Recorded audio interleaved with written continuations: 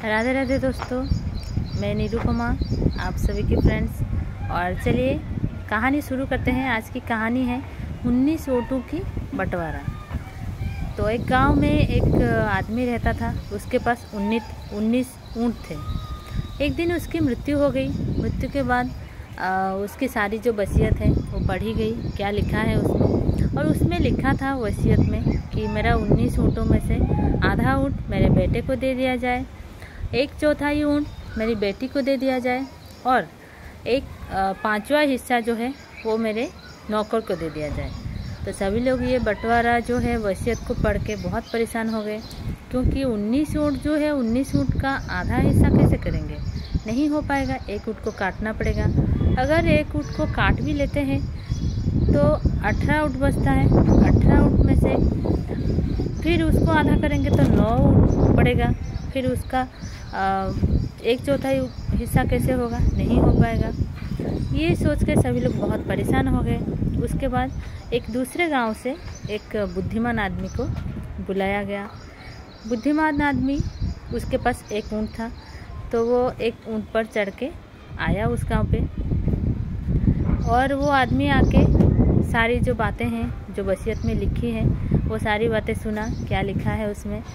और फिर बोला ठीक है, मेरा पास एक ऊँट है तो वो ऊँट को इसमें शामिल कर दो। 19 ऊँट है, 19 ऊँटों के साथ में मेरा एक ऊँट को शामिल कर दो, शामिल करके बंटवारा कर लेते हैं।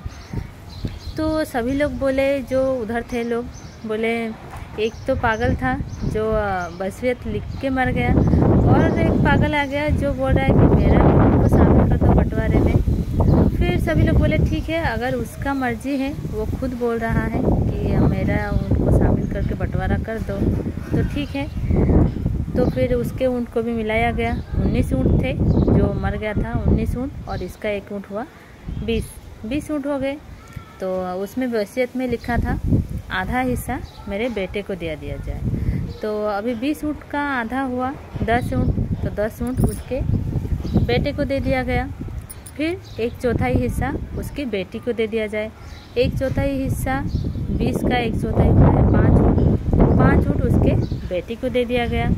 और फिर 1/5वां हिस्सा जो है, 5वां हिस्सा उसके नौकर को दे दिया जाए। तो 20 ऊँट का 5वां हिस्सा होता है, 5वां हिस्सा कितना होता है, 20 का 4 ऊँट, तो 4 ऊँट उसके नौकर को दे दिया गया। तो अभी कितना ऊँट हुआ, पहले 10 ऊँट उसके बेटे का और 5 ऊँट उसके बेटी का 1/4, तो 10 + 5 15 हुआ।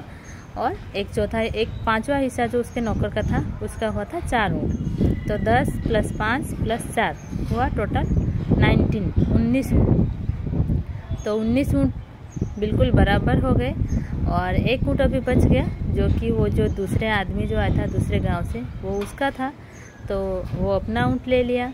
अभी बंटवारा जो है बिल्कुल सही से हो गया था। 19 ऊँटों का बंटवारा जो कि उस बुद्धिमान आदमी ने किया था बंटवारा, और सुख शांतिपूर्वक बंटवारा हो गया, क्योंकि उसके पास बुद्धि थी।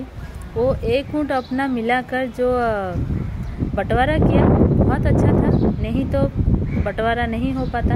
और ऐसे ही बुद्धिमानी होना चाहिए। तो आपको ये कहानी कैसी लगी कमेंट करके ज़रूर बताइएगा, कहानी जो थी।